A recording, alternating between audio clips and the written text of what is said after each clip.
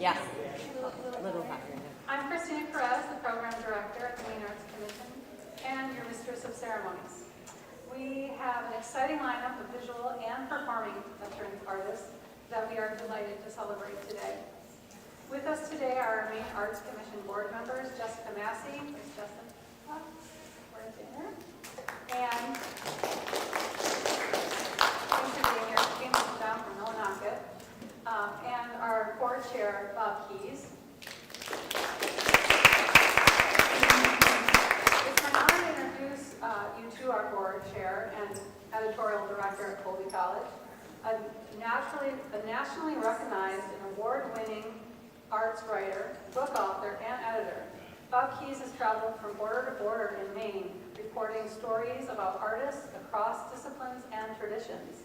Please give a warm welcome to Bob Keys.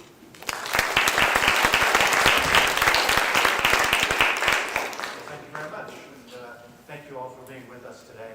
On behalf of the Maine Arts Commission, we're grateful to be able to celebrate the valor of all who have served, and especially the veteran artists who are participating in the 2025 Maine Veterans Artists Art Exhibition at the State House this year, and everybody who's here today. The celebration is in partnership with the Maine Bureau of Veterans Services, the Quilts of Valor Foundation, and the Togs VA Hospital. A special thank you to Elizabeth Marone and Daniel Marchand in the Recreation Division. This afternoon's celebration will honor 35 visual artists and 9 performing artists. And the exhibition of artwork is on view now at the Burton Cross building through February 27th. I urge you to take the time to look at all the artwork, and please encourage your friends and family to do the same.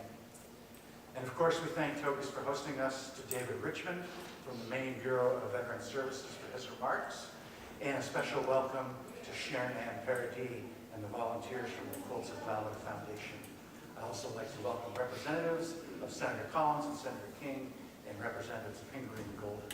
Thank you all for taking this time out of your schedules to be here.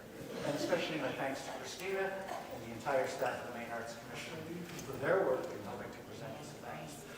And of course, deep thanks to the veterans who are here with us today and all veterans who have served. There's a limited history of military service in my family. My great-great-grandfather lied about his age in order to volunteer to serve on the Union side of the Civil War. And he saw a little bit of action, but nothing significant. And my father was drafted into the Army during the Korean War, and he never saw action beyond his base in Brunswick, Georgia. As part of our efforts to honor all who have served in our nation's military, we are especially proud of our Maine veterans who have defended democracy, protected our freedoms, and contributed in countless ways to the cultural richness of our communities.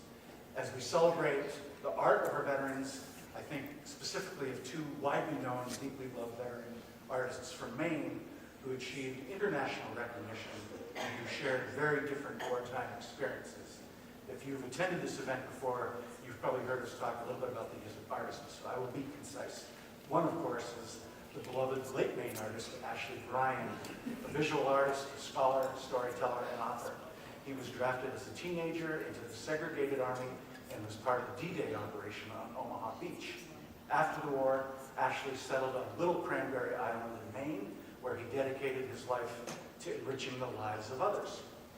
Through his art, Ashley was able to share his personal lessons of healing and hope with all of those who appreciated his art, whether it was in the form of paintings, books, or the energetic and inspirational storytelling sessions that he joyfully conducted with generations of Maine school kids. War was a very small part of Ashley's personal lineage, but for the rest of his life, and he died at age 98 in 2022, his wartime experiences informed how he lived his life and how he lived his life in the service of healing and helping others. The other artist I'm going to speak briefly about is Winslow Homer. Homer was 25 when he joined the Army at the very beginning of the Civil War, and he served as a war correspondent for Harper's Weekly magazine. Homer sketched what he saw when he was embedded with the Army in Virginia, largely camp scenes, but some battle scenes as well. And after he made his sketches, he mailed them back to the offices in New York, and there the engravers transform them into illustrations for circulation among audiences. Winslow Homer went toward a document for the benefit of a nation, what was transpiring, whereas Ashley Bryan's wartime mission was very different. He was there in battle. But both of their abilities to engage in their practice was essential to their ability to survive the mental trauma they witnessed. And that is the power of art. Art helps us understand our feelings, art heals, art strengthens our bonds among individuals and within communities. And the art that artists make today inspires us now and will inspire us for generations to come. We see that power in the artwork that are on view at the Maine Veterans Exhibition, and we'll see it here again today in the power of the art we see on the screen and in the performances. And as I close, I want to call particular attention to the unsung heroes and volunteers from the Quilts of Valor Foundation who have used their own artistic skills to create these beautiful and completely original quilts that will be bestowed on 14 veterans in just a few moments. The mission of the Quilts of Valor Foundation is to cover service members and veterans touched by war with a comforting and healing quilt. This is the third time I've attended this event, and I'm so impressed with the commitment and care of the volunteers who make these quilts.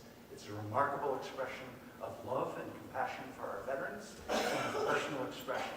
And to be sure, these quilts themselves, each and every one, is a work of art. And the people who made these are artists in their own way. And I am deeply grateful for their work. And again, to all of you, thank you for taking your time to be here today.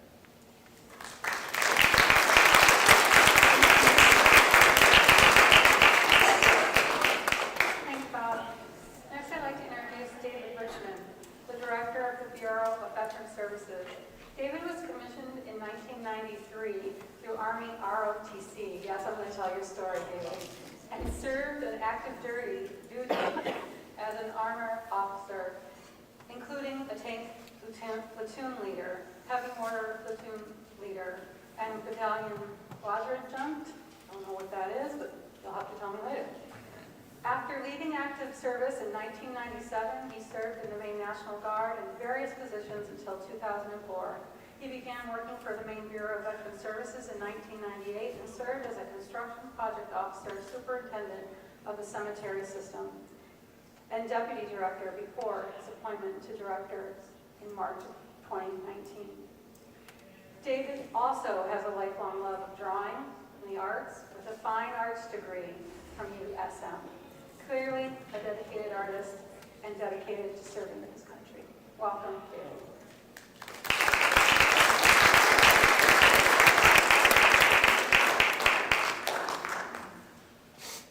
Thank you so much. I'll tell you right now, an adjutant, who knows what an adjutant is? They're a paper pusher, right? That's what an adjutant was. Thank you for that, I appreciate it. I've got a letter to read to you from the governor who's going to be here today, but before I do, I just wanted to tell you how much I look forward to this event. I remember the first one I came to at Togus. I know that some years we've done it at the State House, some years we've done it at Togus.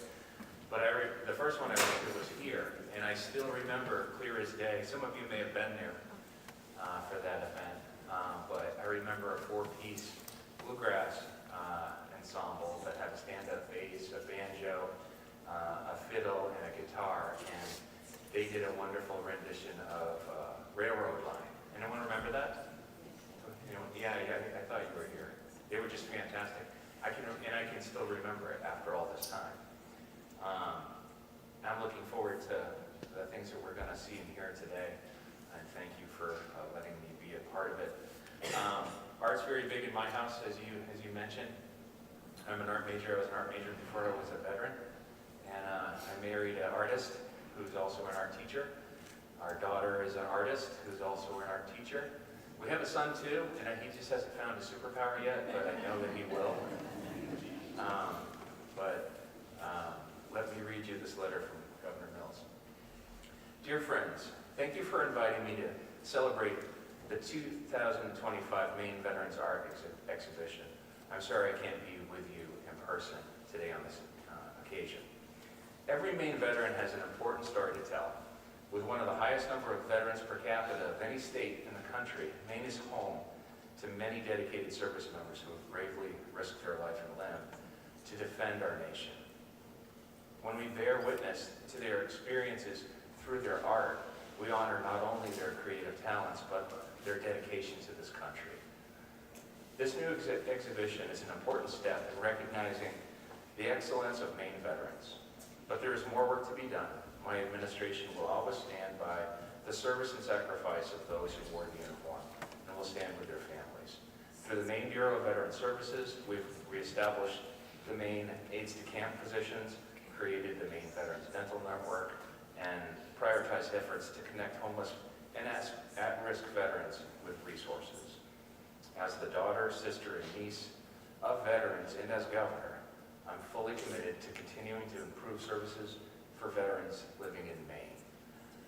I thank the Maine Arts Commission, the Togus VA Medical Center, and the Maine Bureau of Veteran Services, and everyone who helped make this exhibition a reality.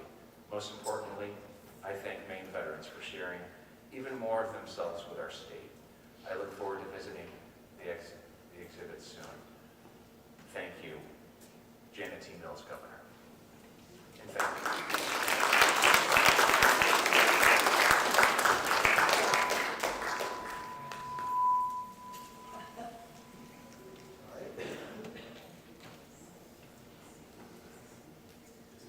Thank you, David, and thank you, Dr. Mills. Next, we're going to hear some words from our congressmen and senators. Today, we have Representative Katie Warren with Susan Collins' office in the audience. You can talk with her after if you have anything to talk to her about. And Maris McGregor from Jared Golden's office, are you here? She was running a little bit late, so she'll be here later, and you can speak with her as well. She's going to, if she's here in time, she'll read a letter from Congressman Golden. So we will move straight into Susan Collins' video. Senator Collins. Women of our armed forces and our veterans inspire us with their courage and devotion to duty. The Veterans Art Exhibition provides these patriots with a platform to showcase their talents and creativity.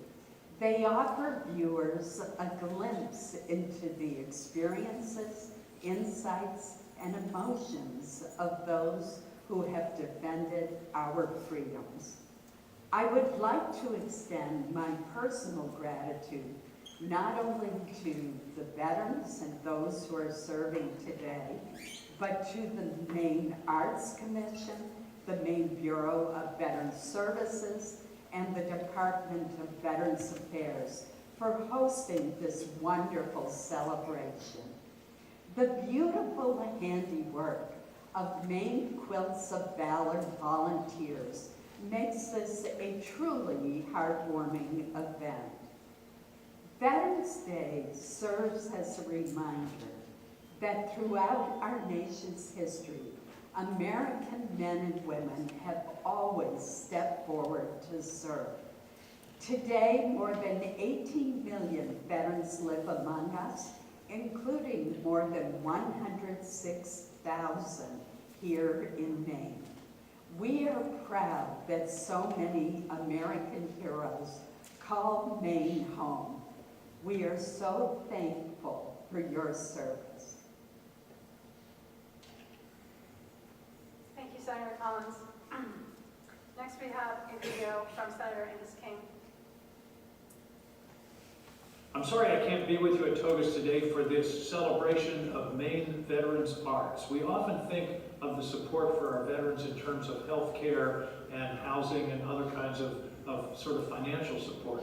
But one of the important things also is the veteran community and giving veterans an opportunity to express themselves and to express their creativity and make the contributions that they can and want to make to our culture and society here in Maine. So, congratulations to all those who organized this show, which is really great every year, but also especially to the artists. It's got to be exciting to see something that you created on the wall, being displayed, being admired, being appreciated by your colleagues, your friends, and people across Maine. So, congratulations on the exhibit, and I'll look forward to trying to stop by myself to enjoy the art.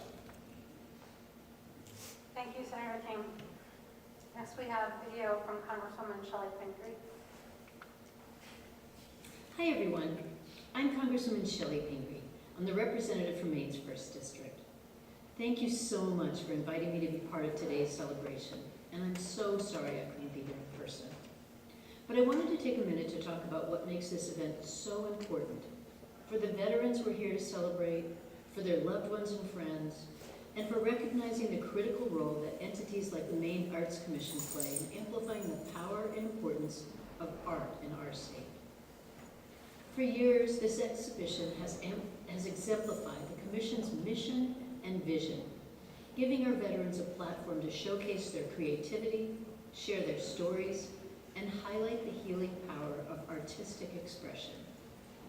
Sadly, recent cuts to the National Endowment for the Arts are putting important initiatives like these in jeopardy, not to mention the work of the Maine Arts Commission and so many other champions of the arts, which rely on grants for the NEA to support a wide range of programs.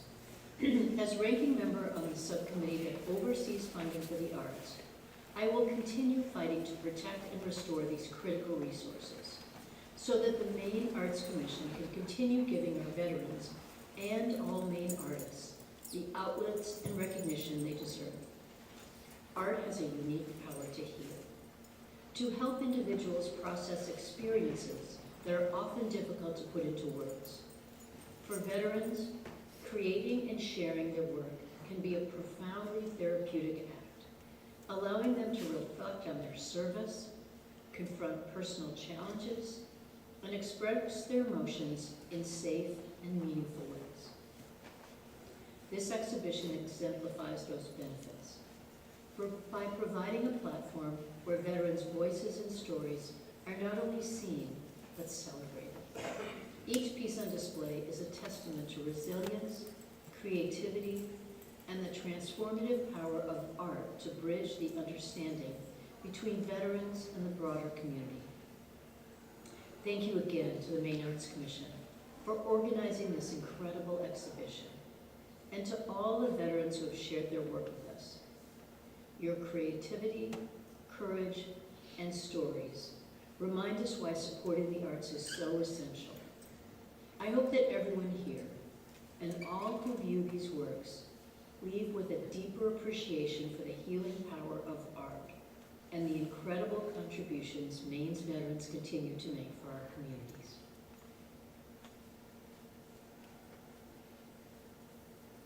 Thank you, Congresswoman Shelley Pingree. Is Maris McGregor here? So we are going to move next into transitioning to the award ceremony. We'll call each artist up alphabetically, one by one, to receive a certificate. And some of our artists who have never received a Quilt of Valor, because you can only receive it once, will be awarded one. I'd like to welcome Sharon Ad Paradis from our Augusta Quilts of Valor.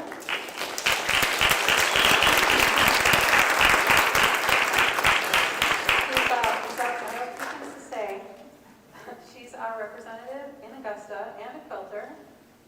Sharon learned about the Quilts of Valor in 2018 and has been awarding quilts at the Veterans Artist Ceremony since 2022. She learned how to sew from her mother, who is a very talented seamstress. Since 2018, she has invested in a long arm machine. And if you've never seen what that looks like, you need to ask her about it. It's an incredible piece of machinery with computer technology. And she has quilted over 265 quilts for the Quilt of Valor members and groups in Maine. And it's now 410 total.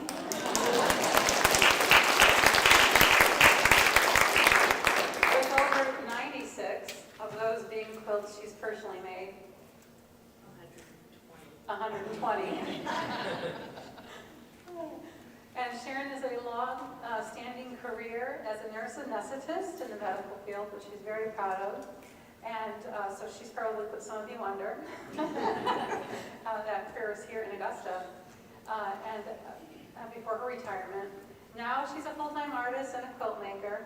So thank you, Sharon, for all the work that you put into crafting these works of art, and on behalf of the Quilts of Valor and our veterans. And Sharon, I have some chocolate-covered cherries because you put the cherry on the top, and your white orchid. Thank you. You're welcome. And Sharon is going to lead us in the Pledge of Allegiance. So good afternoon. I'm so happy to be here. So let us start out by pledging allegiance to our flag and our country. We'll have some beautiful flags that are displayed on the flag here. But anyway, I pledge allegiance to the flag of the United States of America and to the republic for which it stands, one nation, under God, indivisible, with liberty and justice for all. Thank you.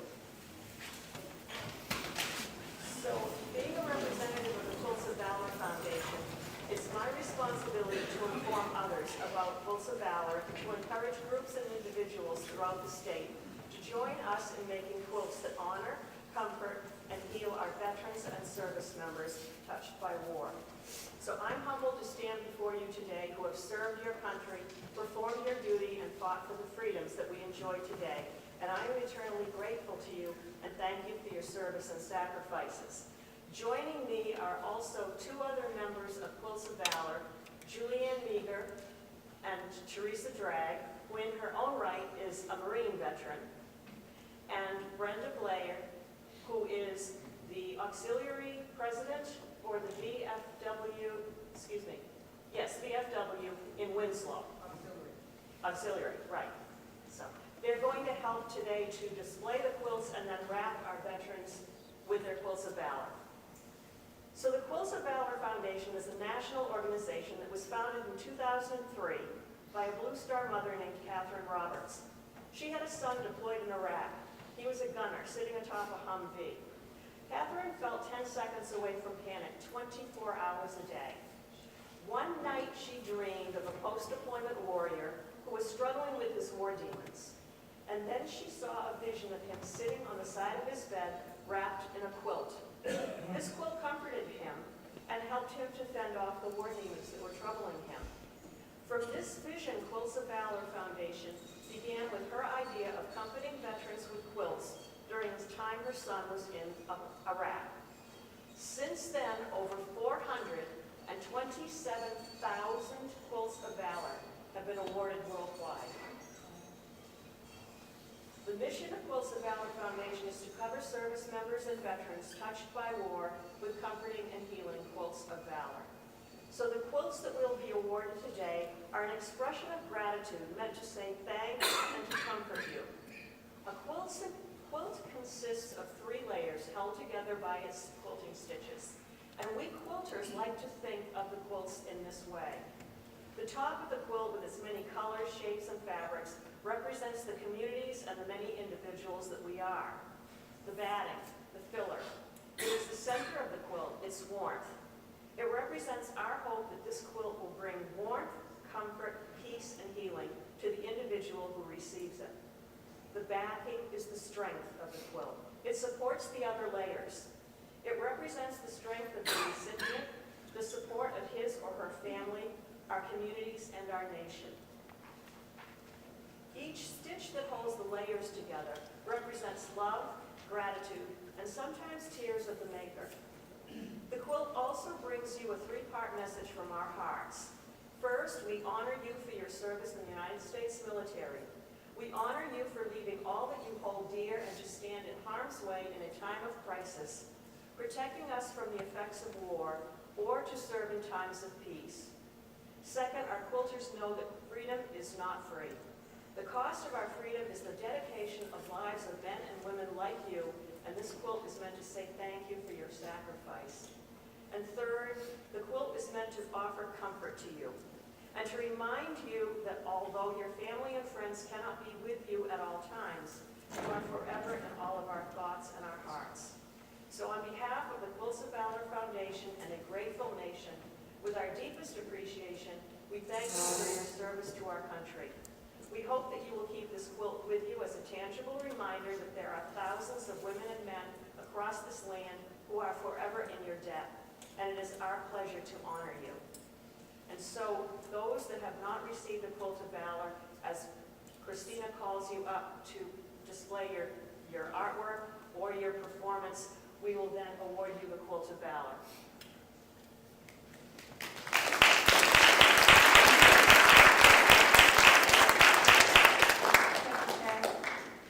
On behalf of Congressman Darren Golden, I'd like to welcome Maris McGregor to read a letter.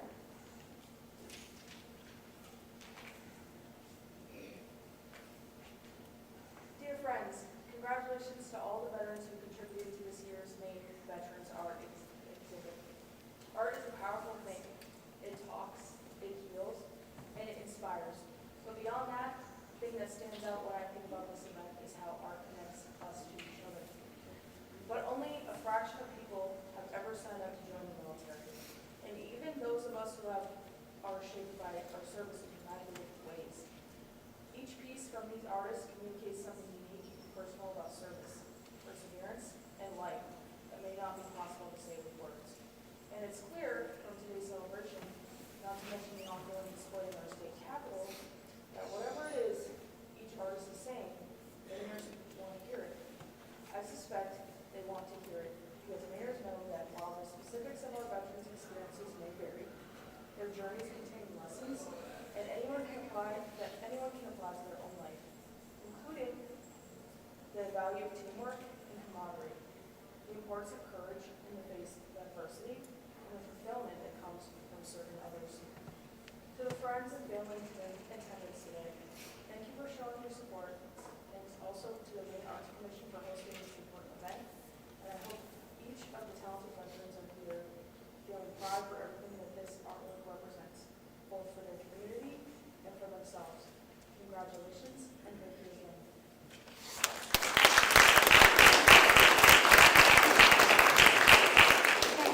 Thank you, Congressman Golden. So, our first artist and poet will be Charles Kniffen from Lubec, Maine. I'm delighted that Chuck agreed to be at our ceremony today with an original work of poetry. I am constantly trying to get Chuck to come to stuff. Chuck is an accomplished poet and a veteran with a collection of published poetry. On the screen, you'll see Chuck's visual works of art, which he calls Sea Junk, and within the discipline, which is in the discipline of assemblage and collage. The use of assemblage as an approach to making art goes back to Pablo Picasso in 1912. Without further ado, please welcome Marine Corps vet Chuck Kniffen.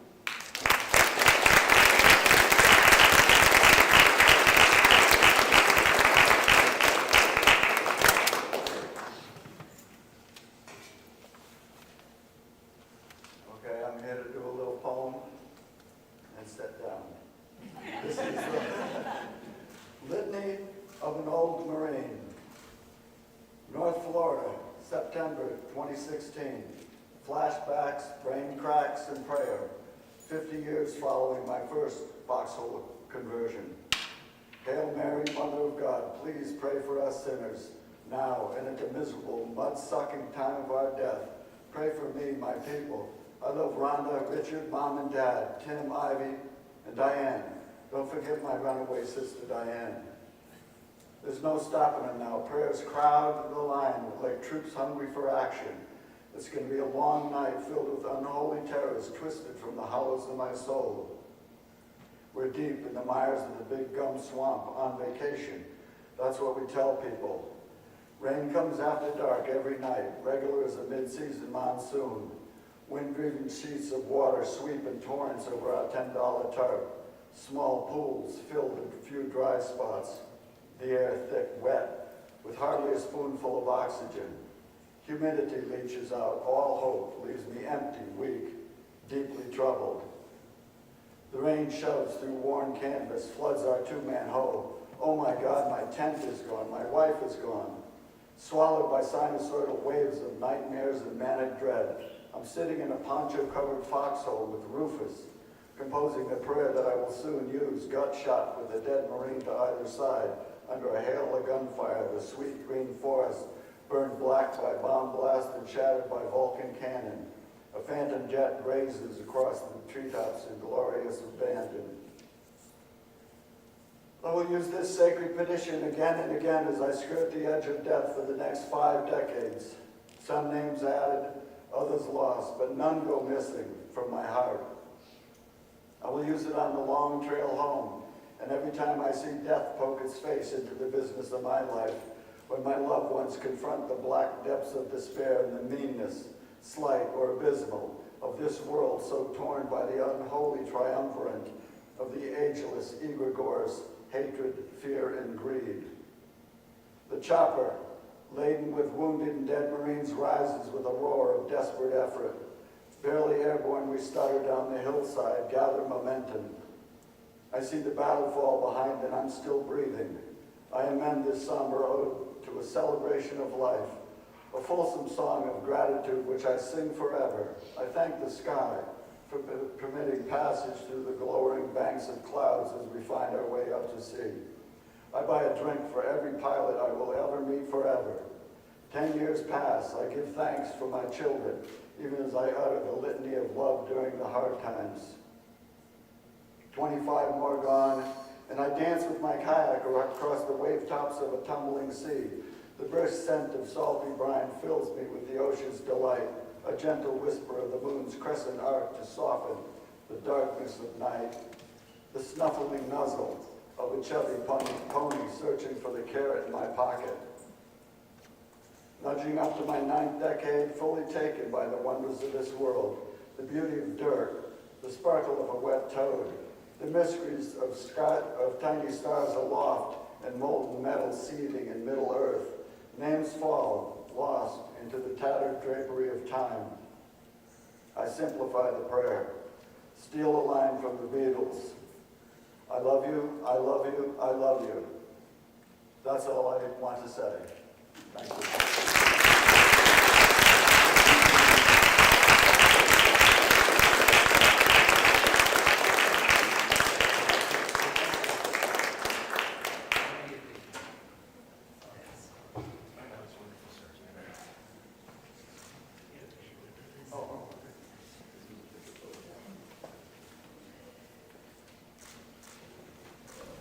Thank you.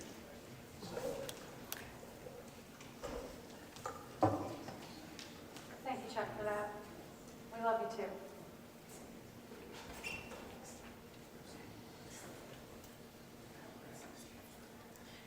Our next artist is Lawrence Acree of Leeds, Maine, with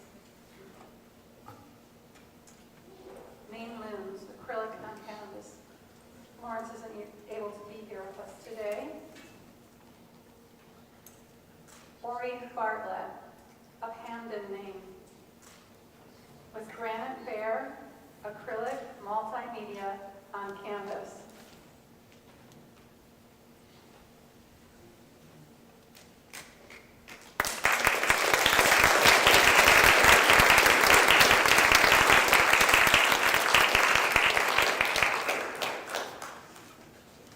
And they are receiving a Quilts of Valor today. So they're going to display the quote.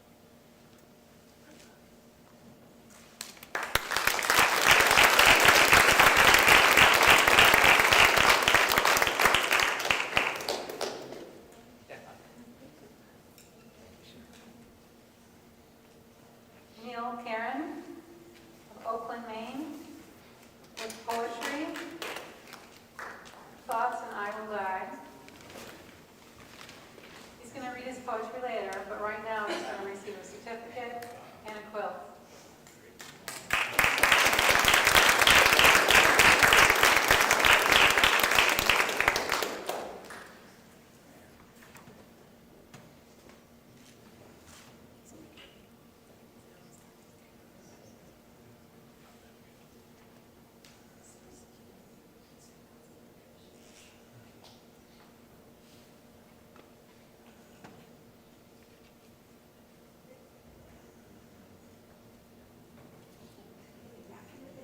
I think we all need one of those quilts right now.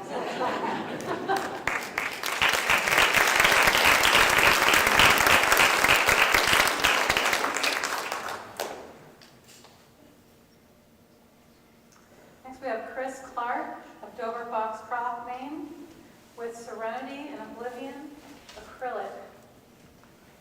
And you're only seeing one, sometimes they would submit two.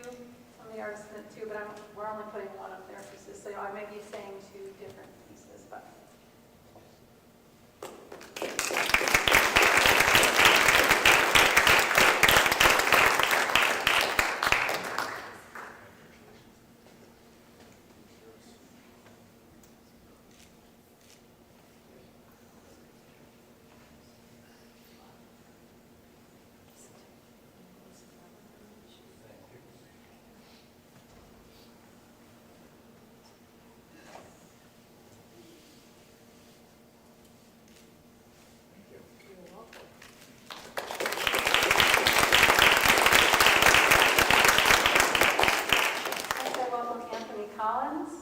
Waterville, Maine, is Poetry, Just Another Day, or the VA and I Am Togus, and you're going to read it at the end, but for now.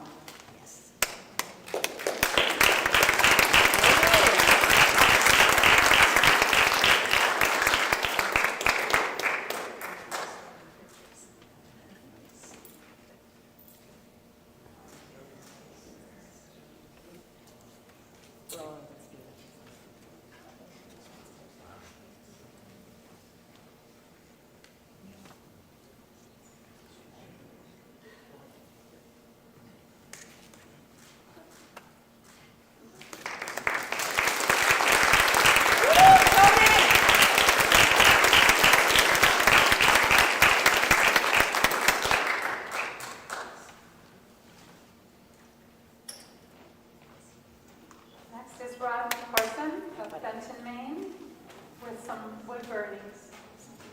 Rodney showed up with like 12 wood burnings, and I was like, no, Rodney, I can only take like 5.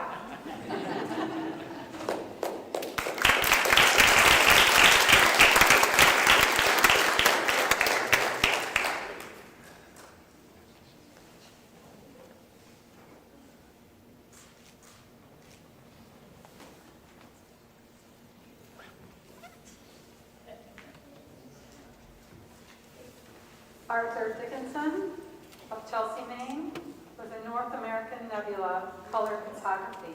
They are receiving the quilts today.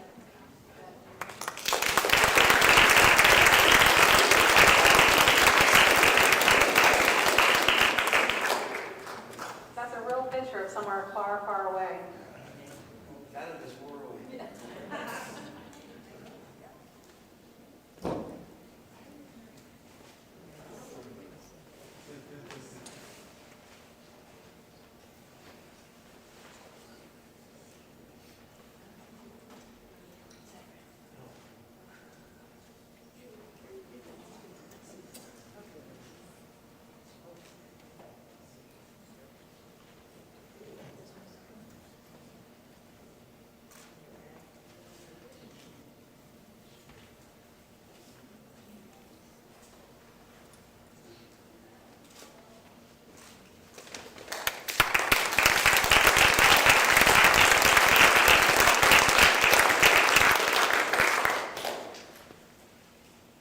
Farnan of Lincoln, Maine, with global conflagration and lightning on an iNet, oil on canvas.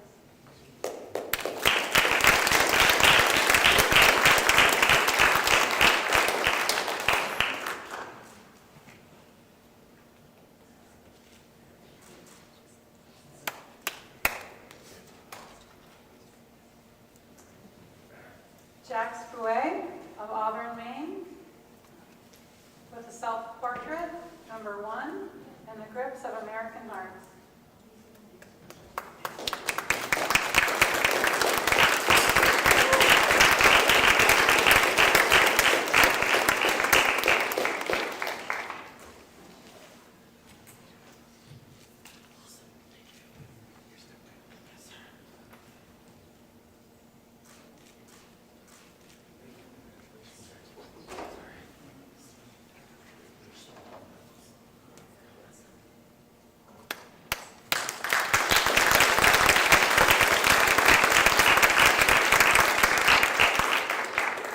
James Michael Manley of Warren, Maine, with World War II Harley Davidson. They're unable to be with here today. They will be receiving a quote. Julia Jones of South Berwick, Maine, with the Good Tree and Spring Flowers acrylic on canvas. Julia is also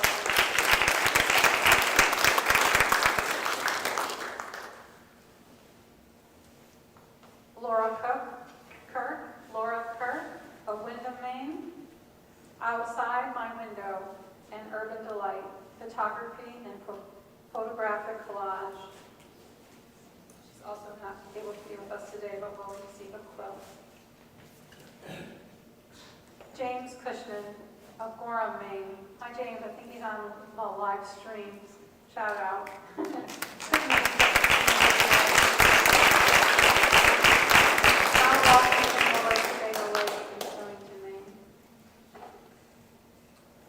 Lynn Albert Leger of Lewiston, Maine. By the way, he made the Lewiston seal. If you didn't know that. With a golden full scroll in Faith, Hope, and Love. Slate bas relief carving.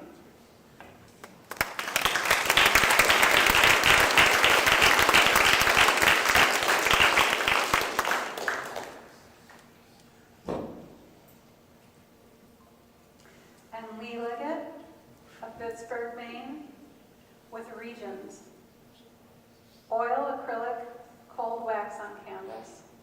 Oh, I don't think Lee is here.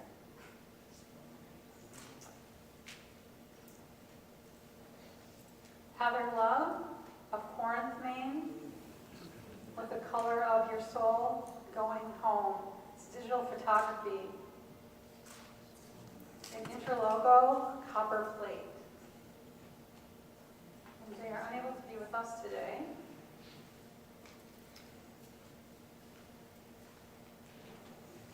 Cale McCarthy of Windham, Maine, with Nostalgia and Moon and Stars, a dream catcher shadow box.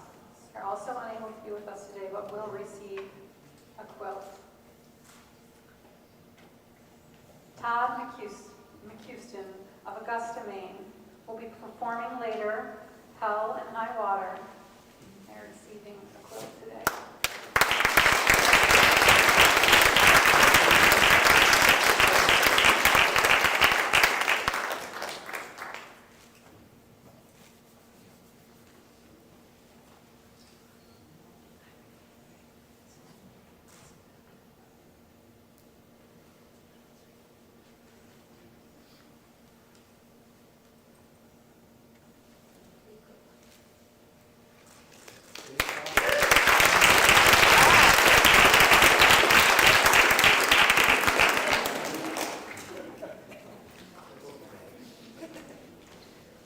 Miramichi, Bangor, Maine, with Connections, acrylic on watercolor. They're unable to be with us today.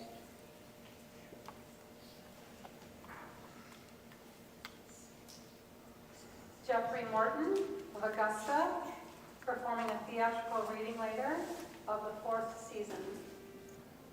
And he is here today and he will receive a quilt.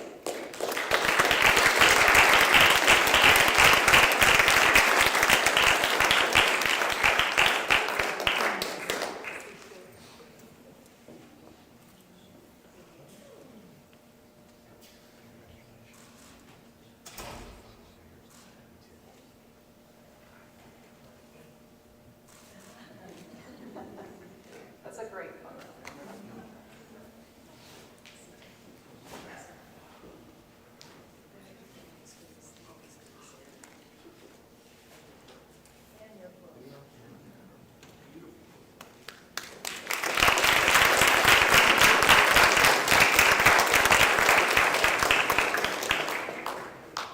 Thomas Moray of South Portland, Maine, with Whimsy number 182, A Sunset Over the Saco, and Whimsy number 194, Summer Ends on the March.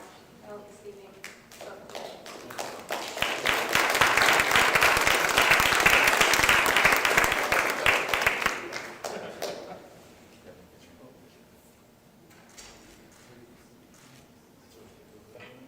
Yeah.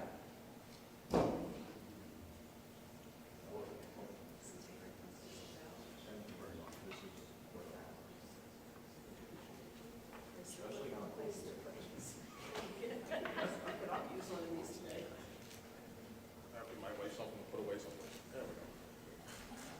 All right, thank you very much.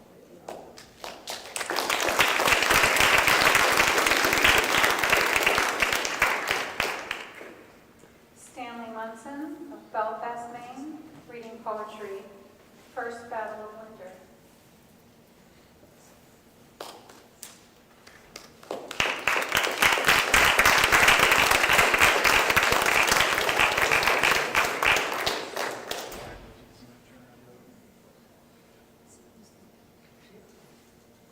Yeah, you're good.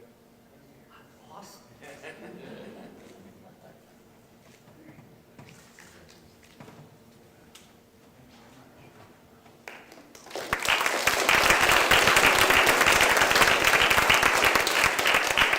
Karen Nichols of Bangor, Maine, with bromelide and shells, pen on ink.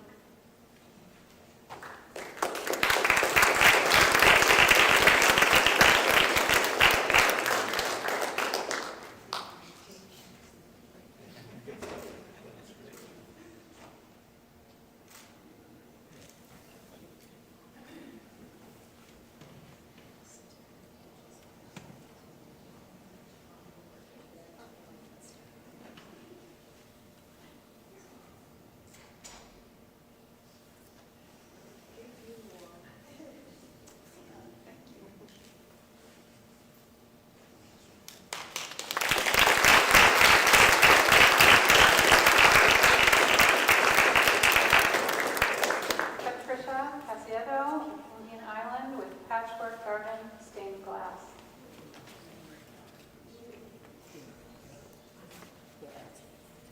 And he hopes to be with us today. Mendel Patton of Litchfield, Maine, with tulips in rain photography. And he'll be receiving a quilt today. Oh, he'll be back, okay.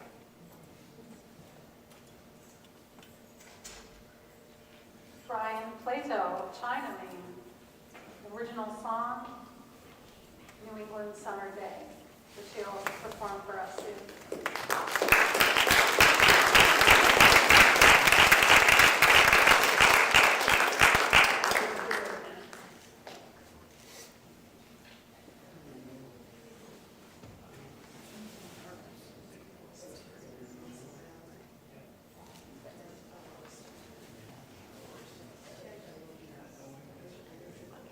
And only 5 cents. You got a big fold. Thank you very much.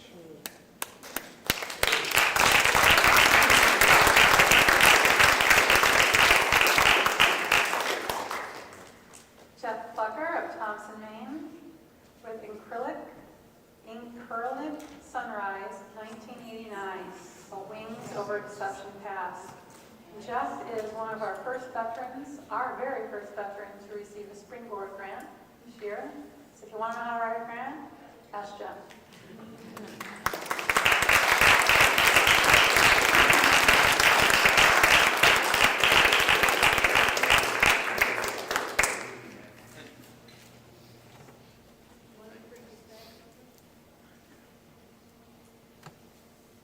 Matthew Plummer of Lewiston, Maine, Raindrops on a Crow Feather and DC Metro Escalator Macro, black and white photography.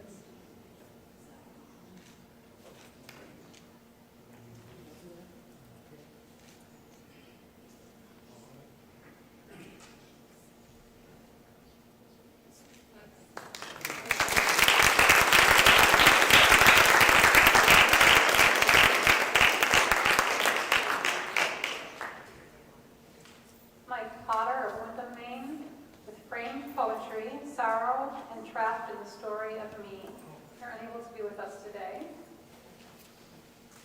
This is the first time we have done framed poetry in the exhibit.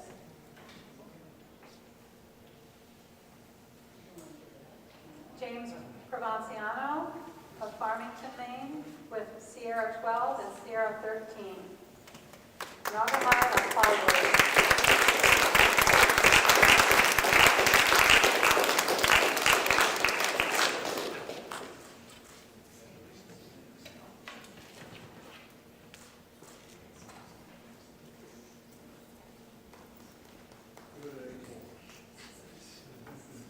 Nancy Randolph with 3 birches.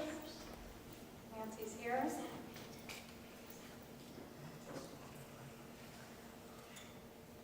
Nicole Rosentes of Brunswick, Maine, soaking in the celebration photography. You might have noticed this picture on some of the promotions we're using, because it's just perfect. Nicole's unable to be here with us today. Darren Rocket, the most fabulous dress you've ever seen, of Orono, Maine. Look at all the lonely people. Mixed media thrives.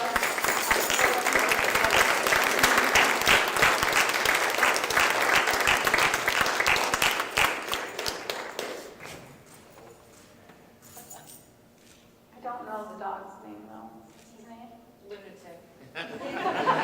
Lunatic.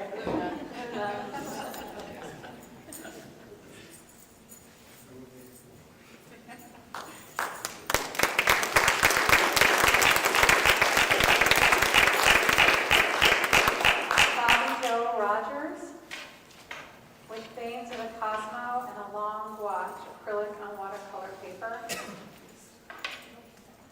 think Bobby's here with us today. Roland Salazar Rose of Biddeford, Maine, with wild pines and splash, mixed media. Roland is unable to be with us today. Roland is also 94 years old. He was planning on coming, but things happen. Michelle Ross.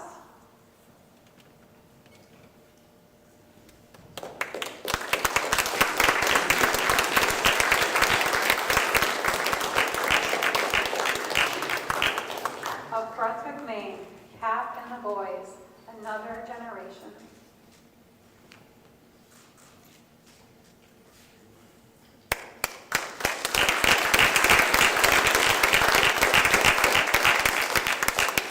Cassie Sano, Augusta, Maine, with Gru, the meditating troll.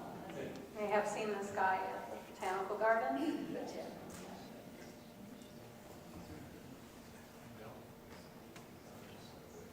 Jimmy Surreal, Augusta, Maine, will be swing dancing to the Mood by Glenn Miller and his orchestra later.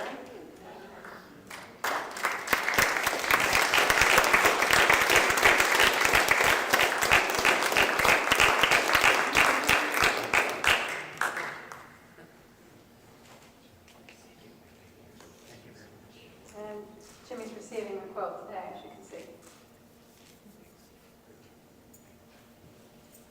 Or maybe you can't, but there's a quote.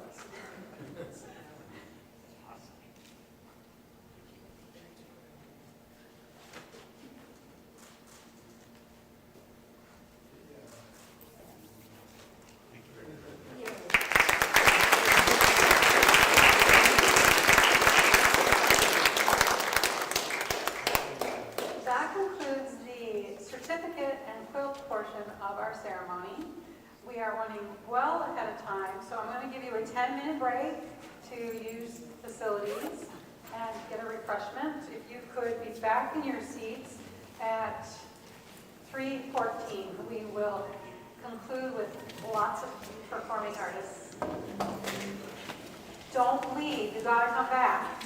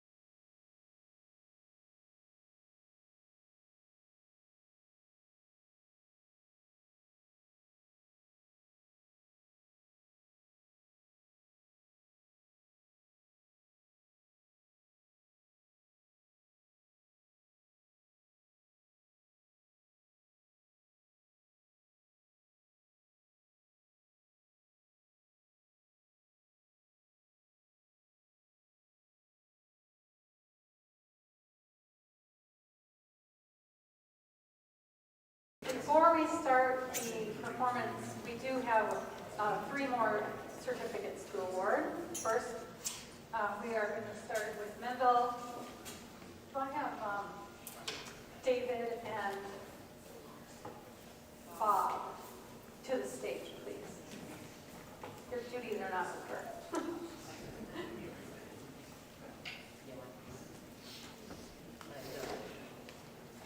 Okay.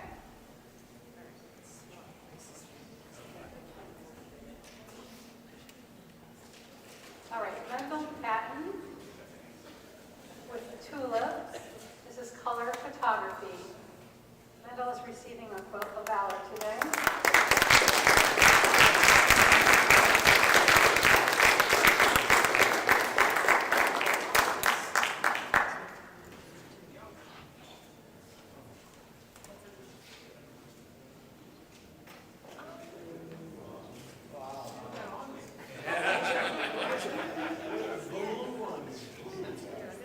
Should I push you over a little bit? Warm that man up.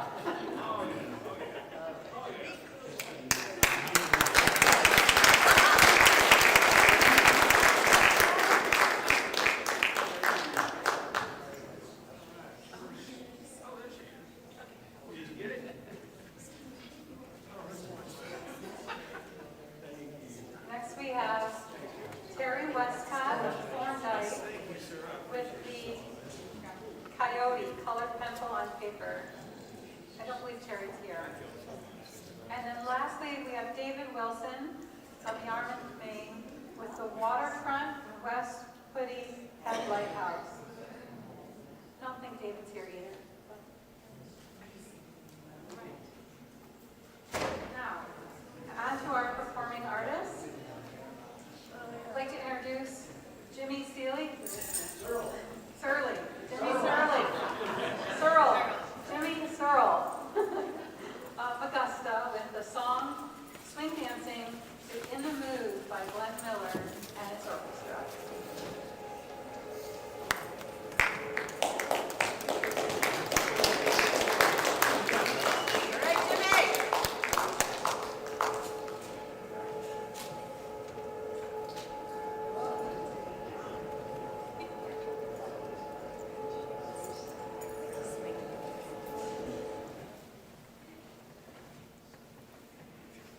Thank you.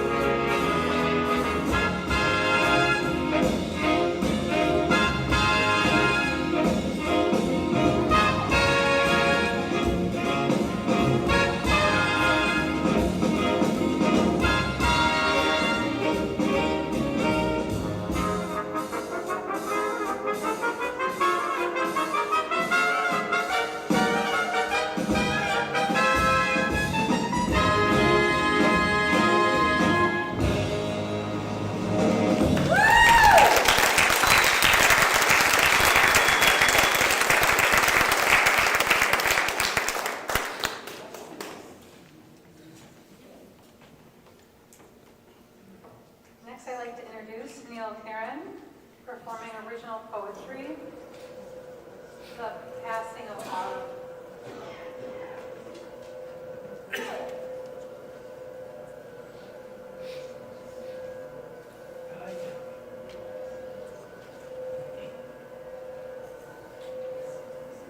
Hello, everyone.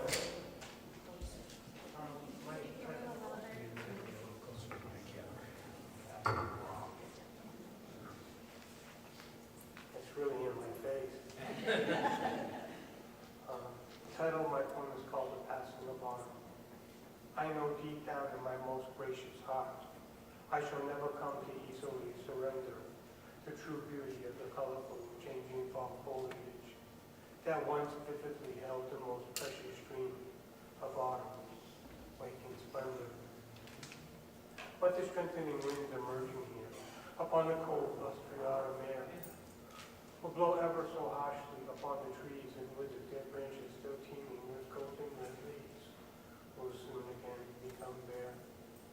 All the wonderful windswept trees of autumn will now suddenly come to lose what remains of their vibrant crowns, while their stunning leaves, once full of warming shades of most brilliant color, will swiftly again fall back to earth as they slowly begin to turn brown. I have always tried to look upon the fading colors of fall with a brief moment of passing despair, while clearly understanding that the deepening smell of the sweet autumn air, filling my empty soul with a breath of hope, will soon again no longer be there. And all I will hear is the soft rustling of wind-blown leaves, still steadily gathering before my weary feet, while the last of the remaining birds of summer, eagerly flying south upon their outstretched wings, will once again be searching hastily for much warmer air as they begin to retreat. I have now come to deeply pray before the cold passing wet leaves of fall as they gently wither away, and in the end, with the sure love of heaven's most merciful angel, will silently decay beneath another cool, dreary autumn sky that will soon again begin to turn a darkening gray. It is the last of the few faithful leaves, just barely clinging on to their reassuring branches, believing that they should stay, but now will have to accept the full gravity of their awaiting fate as they helplessly begin to fall upon the very last unforgiving winds of autumn, still perfectly unaware that they will blindly find their way, sadly blowing here within the returning bitter cold air of yet another lonely winter's day.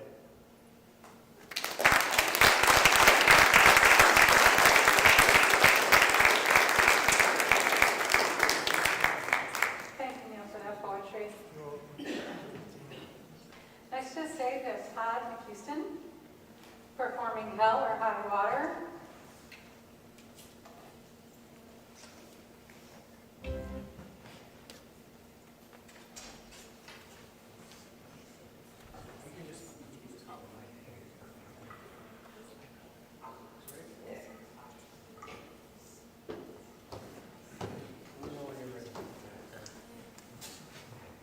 Two cowboy hats. Oh, let's roll.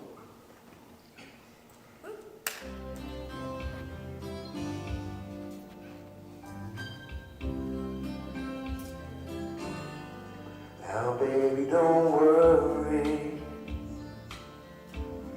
If your trouble's your mind, it'll all wash away, girl, in the river of time. If you need a shoulder, I'll be around. Be a rock to hold on to. And the river goes down.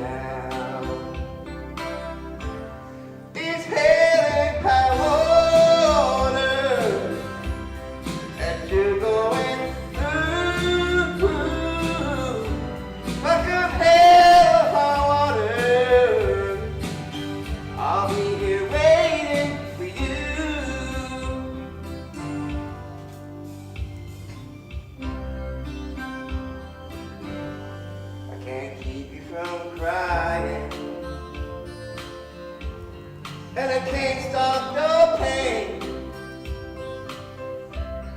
The brightness of the sunshine never could stop the rain. You know that I'll be there, just like that old sun. I'll be your good morning when the crying's all done. It's head high water that you're going through. But come hell, high water, I'll be here waiting for you. Oh yes, I will.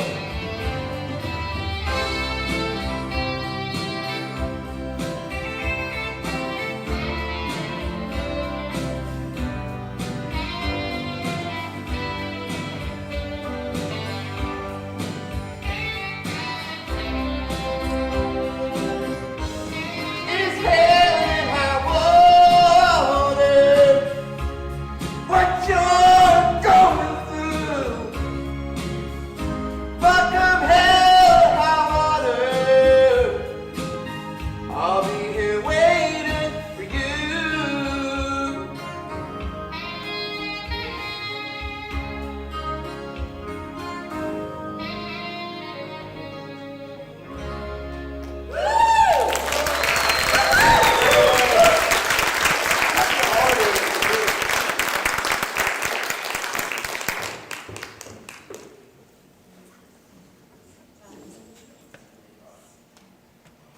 Next we have Stanley Munson performing an original poem, First Battle of Winter.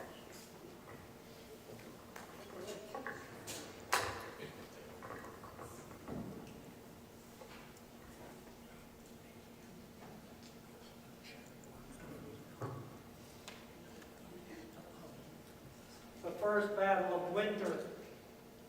The time has come for me to face my ancient opponent once more. As I don my modern armor, the snow is pelting my front door. I wear a mad bomber hat to hold in the heat. Thick insulated boots protect my feet. Beneath my coat I wear all the layers I can stand. Thick insulated leather gloves are the gauntlets that will protect my hands. My snow shovel will be my trusty lance, for without this mighty weapon, I do not stand a chance. Grimly I nod my head as I shuffle towards the fight, for there will be but one victor at the end of this first night. I am staggered by the ferocity of my opponent's first attack, as a frigid wind halts my advance and blows clumping snowflakes down my back. I force my way through the snowdrifts until I am standing at the street. I am daunted by the size of the snowberg that now lies beneath my feet. With two-handed blows, I attack with all my might. Ice forms on my beard and mustache as I carry on the fight. As I clear the berm, the wind causes me to shed a frozen tear. The snowplow deposits a second berm directly to my rear. I shout out verses as I stick out my slightly frozen chin. I refuse to give up. I refuse to give in. For hours the battle rages. The future is looking grim. At times I gain the advantage. Sometimes it is him. Finally, the battle's over. I am spent, and so is he. My arms and legs are shaking, yet my heart is filled with glee.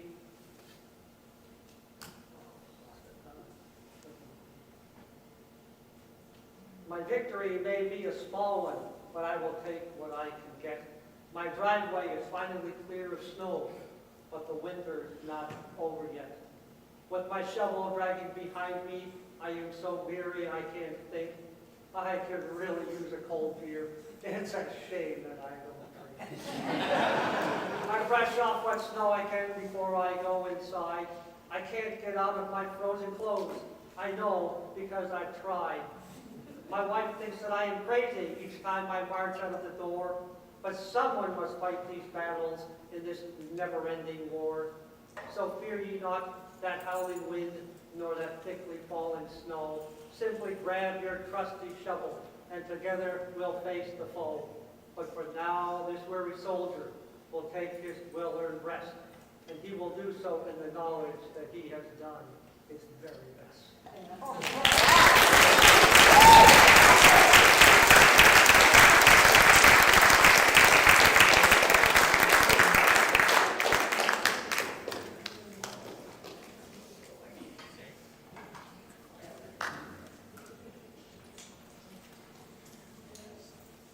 Yeah, that's snow, it's a-coming.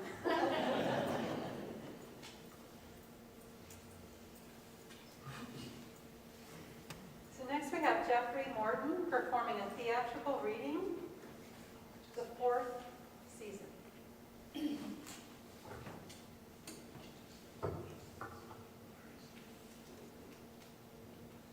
he not here? Well, Yeah, just saw him walking down the hall there. well, he can do it when he comes. Next to them, we have Brian Plato performing an original song, New England Summer Day.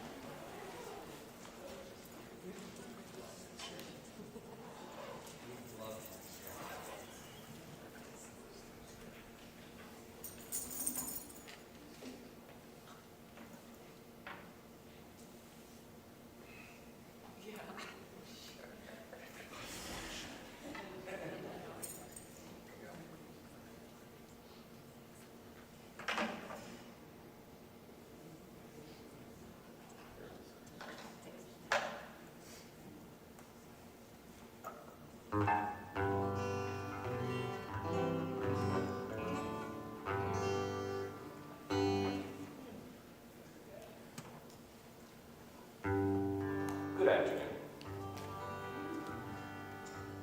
What a great celebration this is. I didn't know about this. This is really, really cool. Great day to get a quilt. I've enjoyed having that around me for a good part of the day.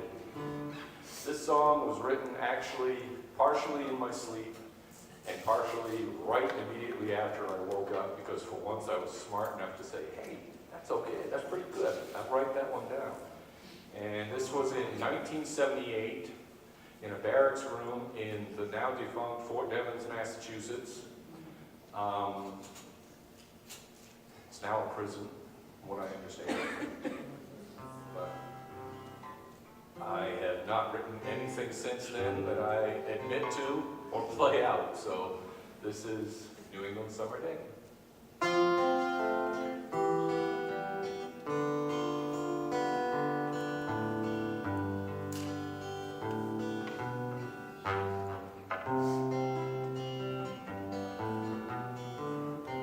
Beyond the clouds,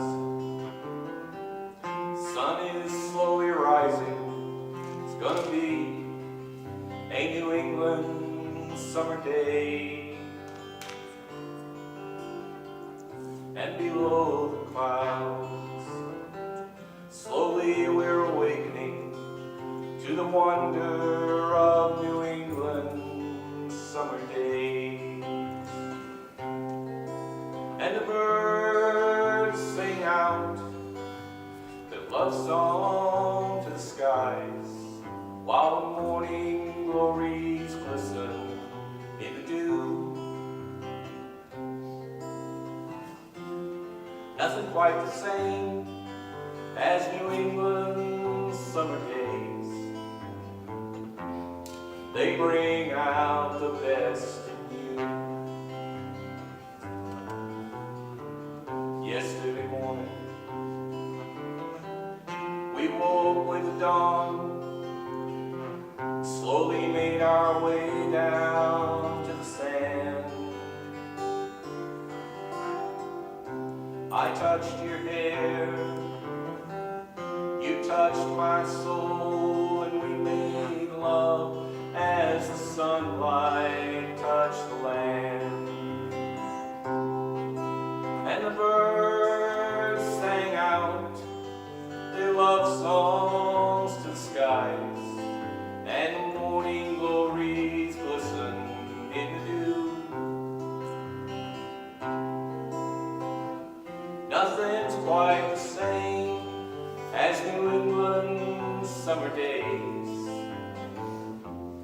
They bring out the best in you. And now you lie gentle sleep beside me as I listen to the whisper of the sea. As I gaze at you, my sleeping beauty, I'm sure there's no place I'd rather be. And tomorrow morning, I'll awaken you at dawn, and we'll walk arm in arm down to the sand. And I'll wait for the morning that the sunlight hits the beach, and that's when I'll place a ring upon your hand.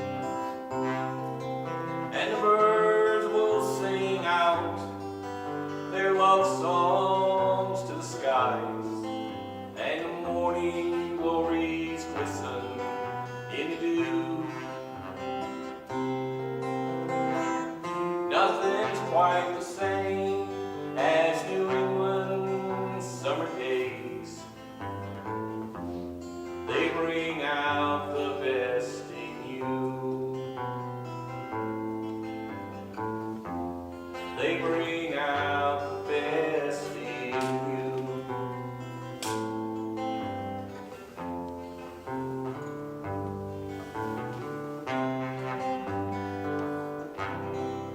Thank you very much.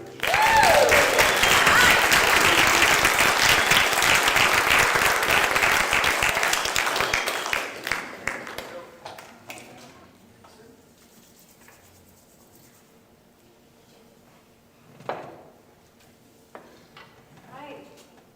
Thank you. That was lovely, and you're such a romantic.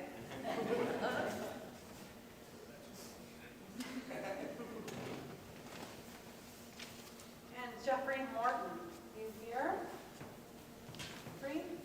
Yes, hello. Jeffrey is going to be performing a theatrical reading of the 4th season. Welcome, Jeffrey.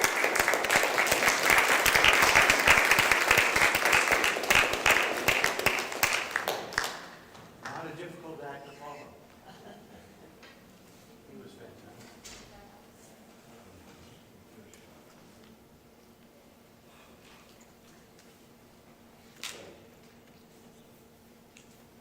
In the beginning, there was bounty and plenty.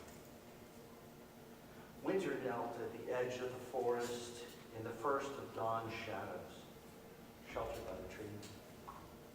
Looking under last year's ferns, in the living cave, she watches the slow melting of the frost as it trickles down the stems into the moss and dampens the soil. Lances of daylight burn away beautiful ice crystals, with precise lines matching the arc of the sun. Backlighting the leaves, the dawn illuminates the veins and symmetrical patterns of spring's touch. For thousands of years, she ruled the world in an icy grip. Gradually, volcanic ash and dust fell from the skies and redirected once reflected energy as heat, forcing the further retreat of polar caps and filling the dry ocean beds. Winter's retreat. Each night, as the temperature falls below freezing, spring retreats on the warmest of cooling breezes. Abandoning the edge of winter's hold, spring returns with the dawn. Each day, Spring leads in advance in anticipation of summer. Reserves are refilled in the aquifer. Seeds are awakened. Leaves open to receive the sun's energy, and the hollow winter wind becomes a warmer forest breeze to the rustle of leaves as the trees sigh. Workers of spring move about each morning as the ever stronger sunlight warms their wings and hastens their movement. They dart between the orchestras of flowers with enticing shapes, colors, sizes, and fragrances. Winter's resolve. Winter is pleased. Each cycle, more sun is blocked by pollution's particles, and the reflected light gives up its energy as heat. Her refuge, the ice caps, are joining the oceans. The weight of melt presses the Earth's mantle, forcing a shift in tectonic plates. Each cycle, the weight increases, and she knows there will be a release. Molten rock, sulfur fumes, and tons of ash will be thrust into the sky. Plentiful ash that blocks the sun and will again usher in a new ice age. Soon, so soon, when years are as moments, she will walk an ice shelf where cities stand today. Ice flows will bulldoze aside everything, reaching for the base of stone formations and scraping away all in the path to the equator. Humans, no longer persistent hunters or gatherers, will be swept aside, perhaps. Contentment, inevitability, winter is pleased. Soon she will hold dominion again.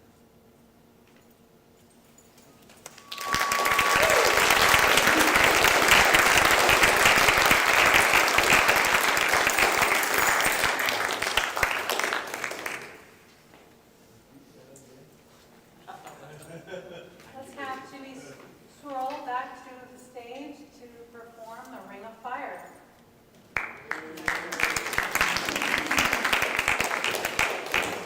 And the wardrobe thing.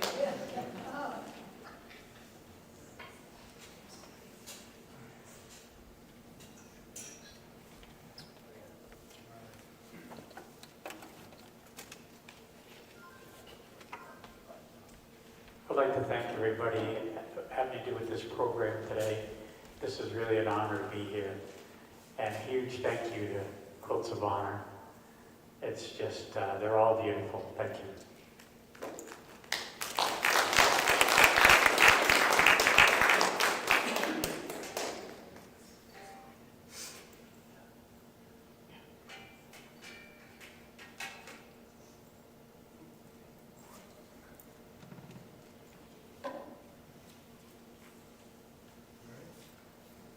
Go ahead.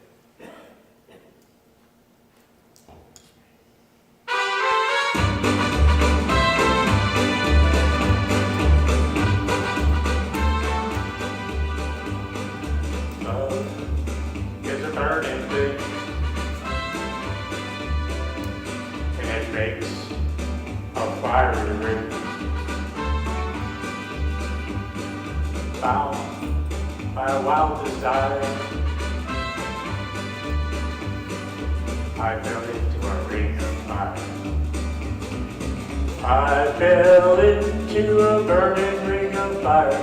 I went down, down, down, and the flames went up higher. And it burned, burned, burned, the ring of fire, the ring of fire.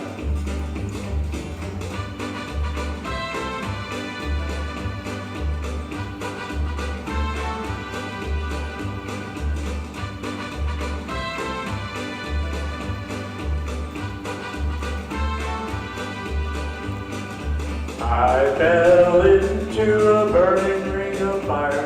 I went down, down, down, and the flames went up higher. And it burned, burned, burned, the ring of fire,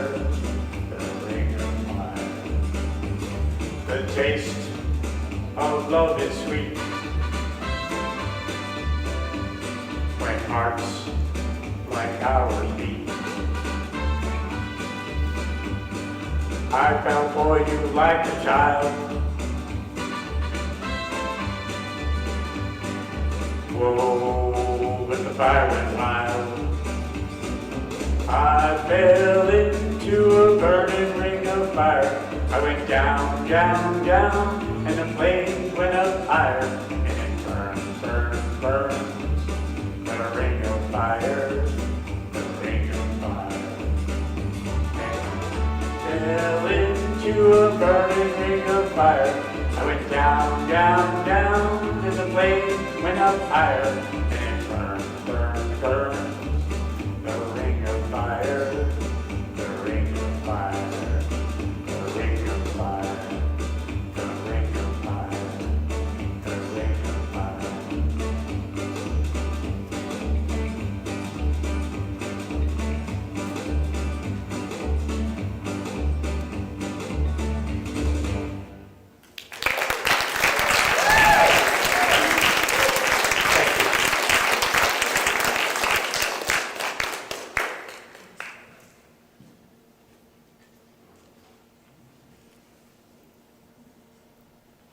We need a ring of fire right now. All right, and finally, we have Anthony Collins performing original poetry.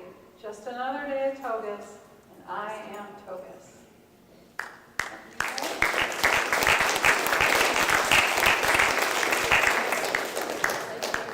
Miss Tony.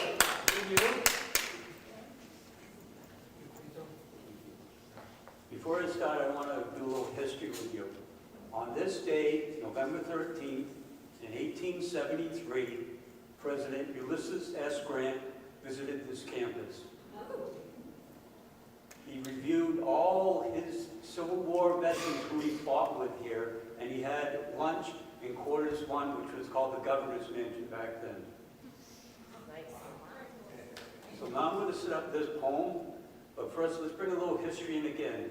In the spring of 1866, the United States government purchased this property from the Beals family for $50,000. Wow. In the fall of 1866, Togus VA started. Next year, we turn 160 years of continuous operation.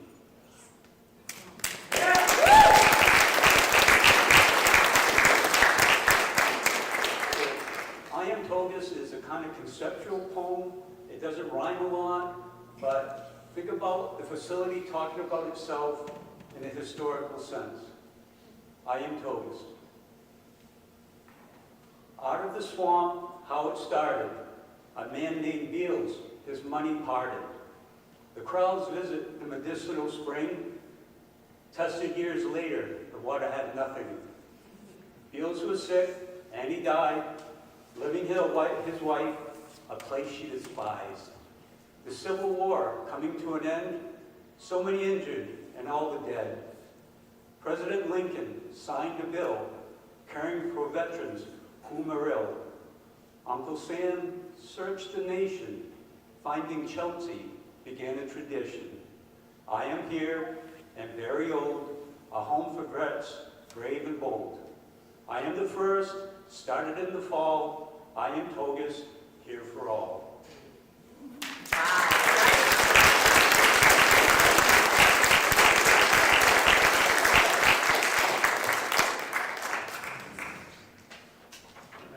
Before I start this one, I need to thank Nathan, who works in the physical therapy department.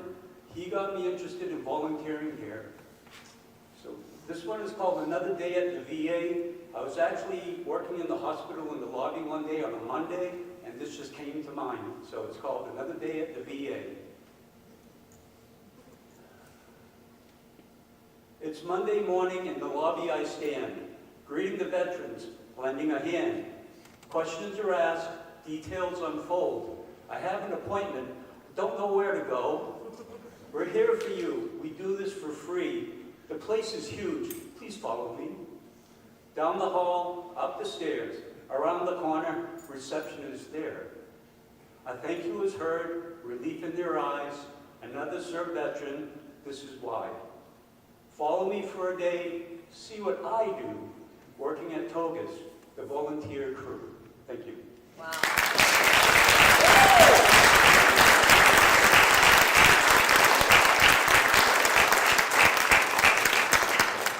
Speaking of Togus, I'd like to thank Elizabeth and Danielle. Will you stand up, please? Without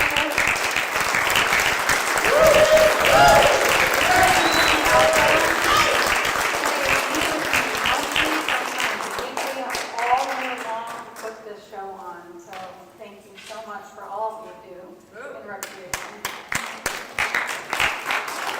I also like to thank my colleagues, Eli here on tech and Ryan, photography and tech. They put so much work into that slideshow, and I constantly am changing it.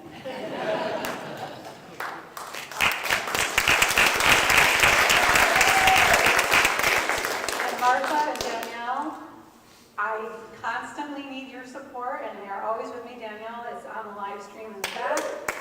And I'm not sure Martha is coming in the audience out there. And my ride or die, Kimberly, is in the back. Kimberly does all the certificates and the badges. She's in the back. You won't see her, but she's there.